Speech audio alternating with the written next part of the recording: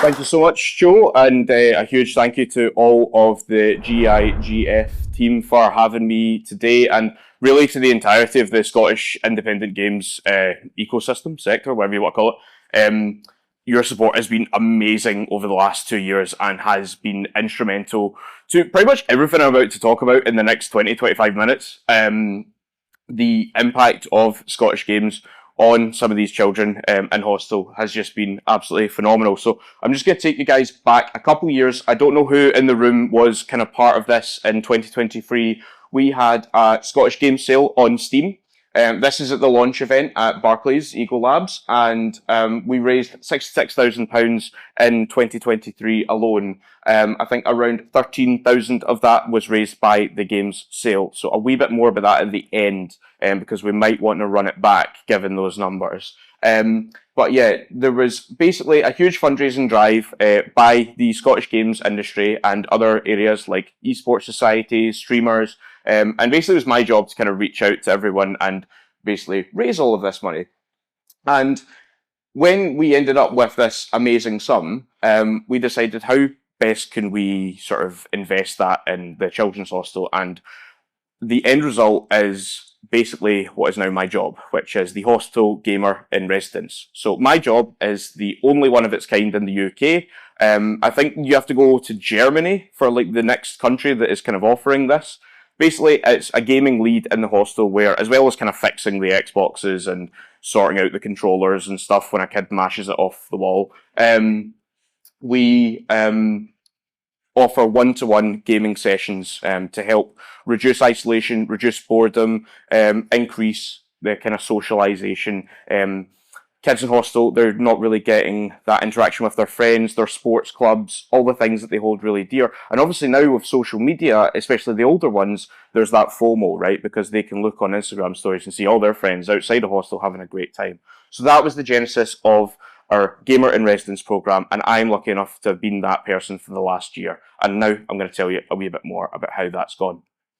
So this was kind of my first week in the children's hostel, was looking at what do we have right now. And you can see down there Xbox 360s, a PS4, one that's just kind of empty. And I saw this kind of replicated across a lot of the wards. There's around about 12, 13 wards in the children's hostel. It kind of depends what you define as a ward.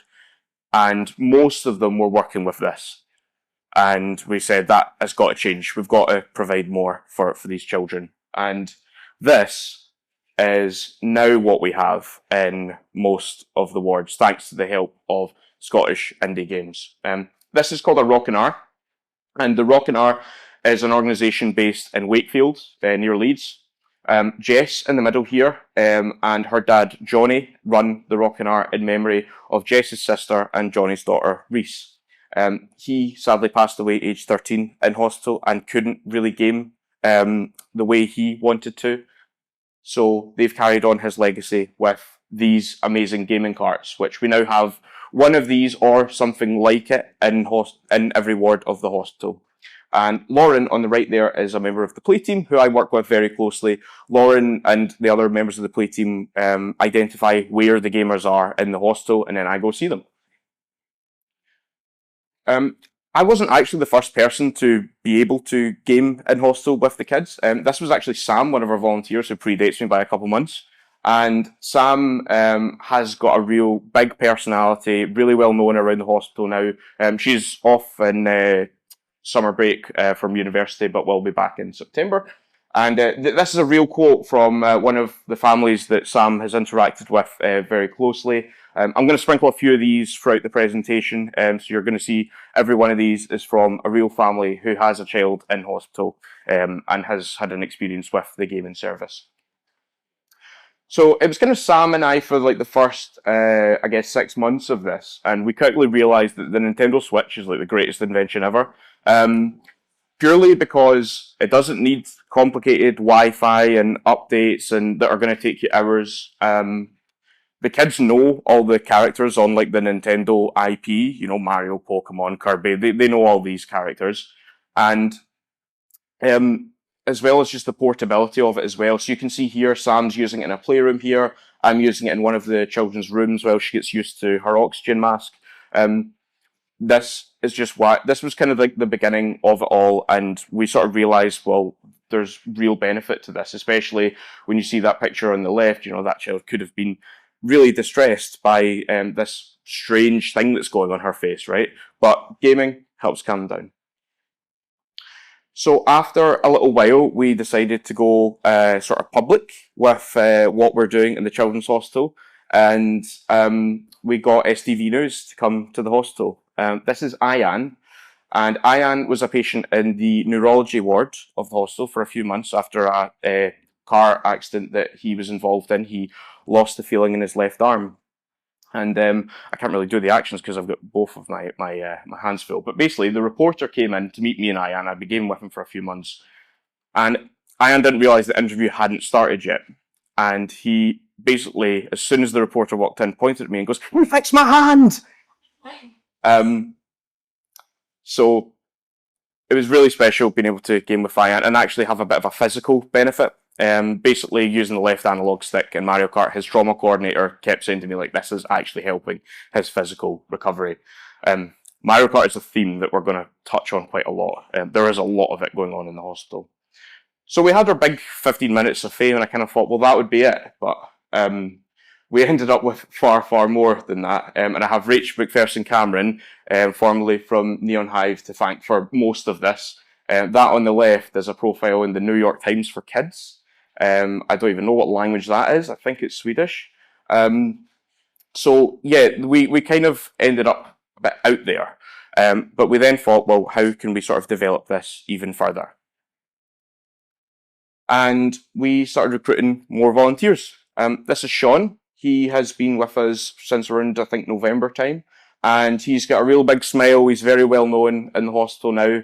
And I want to bring your attention to a second paragraph, because this is very, very common in that Sean would go up to day surgery and the sort of procedures that take place in there.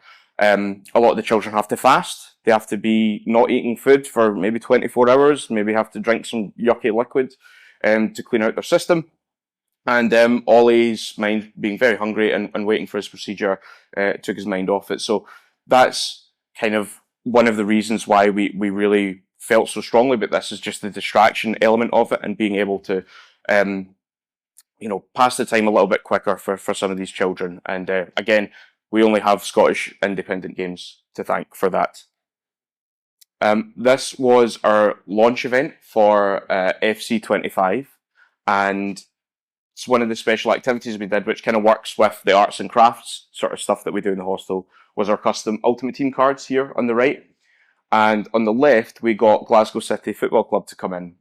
So they are, if you don't know who they are Scotland's basically premier women's club. And they're actually in the game formerly known as FIFA. I don't know when it's appropriate to stop saying that. It's kind of like the X and Twitter thing these days, right? Freya here, who's cheering, was actually at Hampden watching some of these players a few weeks before she was admitted to hospital. And suddenly they were in her playroom playing the new FIFA with her on lunch day. So that was a real special moment and well worth the 5:30 wake up to get FIFA on all of the consoles for the players arriving at 9 a.m. This is Darcy. Darcy has actually raised £35,000 for the Children's Hospital with these little wristbands. They say brave, positive, strong. If you go to the charity website, you can get one for yourself. That's kind of been her mantra all through her cancer treatment. And she's enjoyed the odd gaming visit from myself and some of the volunteers as well, and was more than happy for this impromptu photo shoot. I have to, of course, thank Devolver Digital for sponsoring the jersey that I wear. You can also get one if you raise £100 for the gaming programme.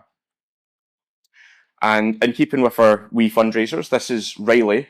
Riley has a heart condition, and I've gamed with him a few times when basically mum and dad have needed to chat to the consultant, but maybe wanted him to be a wee bit busy, like while that's going on. So through in the next room, I'm playing Mario Kart again, while they're having a chat. And Riley really enjoyed it and actually held his own gaming party back home when he was out of hospital and raised over £1,000 with that. So yeah, inspirational young people. You know, it's very easy to be inspired every day in this job.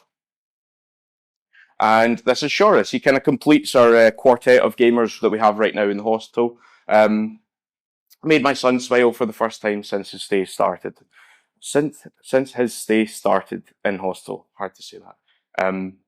But yeah, again, just kind of big smiles, going around the wards and helping kids who are going through some of their hardest days. But despite having such amazing support and meeting all these amazing kids and having my great volunteers, I was the only person doing this job for about 3,000 miles, which can make you feel like this guy on the right sometimes. And then that was when I got a letter from America, where there are round about 30 game techs in 30 different US states who are supported by this organisation called Child's Play. And Child's Play basically fund gaming in hostels all over the world, and I'd never heard of them before starting all of this. They love it so much that they actually have a training course for gaming in hospitals. And here is me with some of my fellow game techs from Philadelphia, New York, North Carolina, Florida. Have we got any Paisley heads, Renfrew heads in here that enjoys seeing Renfrewshire next to all of these places? I was laughing for about 5 minutes when they like dished this out at the start, and none of them could understand why. But their training has been instrumental in like progressing what we can offer the children in hospital. This is another US invention. It's similar to some of the carts that I showed you earlier on, but this was shipped to us for free from Michigan. We have 6 of these gamers outreach units, and this is Thomas, who's on long-term ventilation, enjoying me completely lose a time trial on Mario Kart. He's laughing at my misfortune here, I think. I was also trained on adaptive gaming by the Americans, and this patient here only had use of his right arm, and we were able to play Minecraft for the first time. He was placing and mining the blocks, and I was sort of moving the camera around, doing the boring stuff. And that was really, really helpful for him while he was in hospital and adjusting to this sort of new normal for him. And then I guess just to sort of round off, I've got a few other quotes from some of these parents, and this one really hits home because the amount of times that I go in for a gaming session, and a lot of the kids sort of sleep through the morning, A, because they're quite, fatigued and I guess weak, depending on whatever they're going through, and B, because they're kids that, aren't in school and like will lie in if you give them the chance. So I'll go up at like maybe 2 o'clock, 3 o'clock, and it'll be the first chance that one of these parents or carers that are in with the children have had to actually go downstairs and get some coffee, get lunch, maybe go do the school run at 3 o'clock. And it's just, I cannot put into words how grateful they've been for just having that opportunity, knowing that for the next 30 minutes, 45 minutes, their child is playing some of their favourite games with a real gamer, as I sometimes get called. And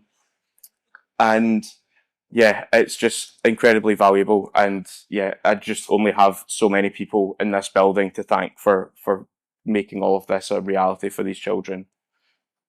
And sometimes there's an unintended consequence of doing this, but I guess that's just the way it goes. But we have so much more to accomplish. We're looking at transforming a space in the 3rd floor of the hostel into a sort of bespoke gaming room for our children, so that they don't have to game in their rooms. They can go to somewhere that's kind of made for them and somewhere they can feel that their interests are validated. 3D printing. We're looking at providing a patient experience based on that, where a patient can game with one of us, and maybe if we're playing Mario, they can get their own little Mario figurine 3D printed for them and experience that.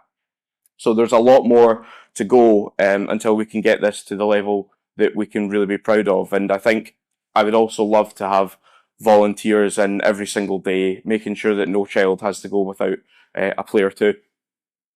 So if you would like, I do have this QR code here to register interest. I will step out the way. My big frame's probably in the road of this at this point. This just links through to a little Microsoft form. If you would like to be part of the another Steam sale that akin to the one that we ran a couple of years back, just fill out a few details on this Microsoft form and I'll be able to follow up with you. I'll leave this up before I do a really shameless plug. It was a really special event last year. I think everyone that took part and was sort of part of it have been asking, like, when you're doing it again. So hopefully that's a good sign. And yes, now for the shameless part. Has anyone heard of this place called Dundee? Fergus isn't here. I was going to wind them up about that. I'm going to be there.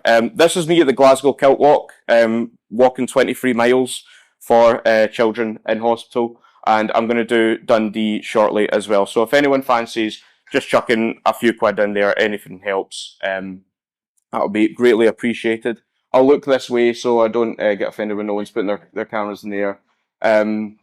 But yeah, thank you all so much for taking the time. You could have been downstairs playing so many amazing games right now, but you've chosen to listen to me and listen about our programme. So I can't thank you all enough, and I can't thank Joe, Fergus, Michael, all the team behind GIGF for giving us this opportunity. So thank you all so much.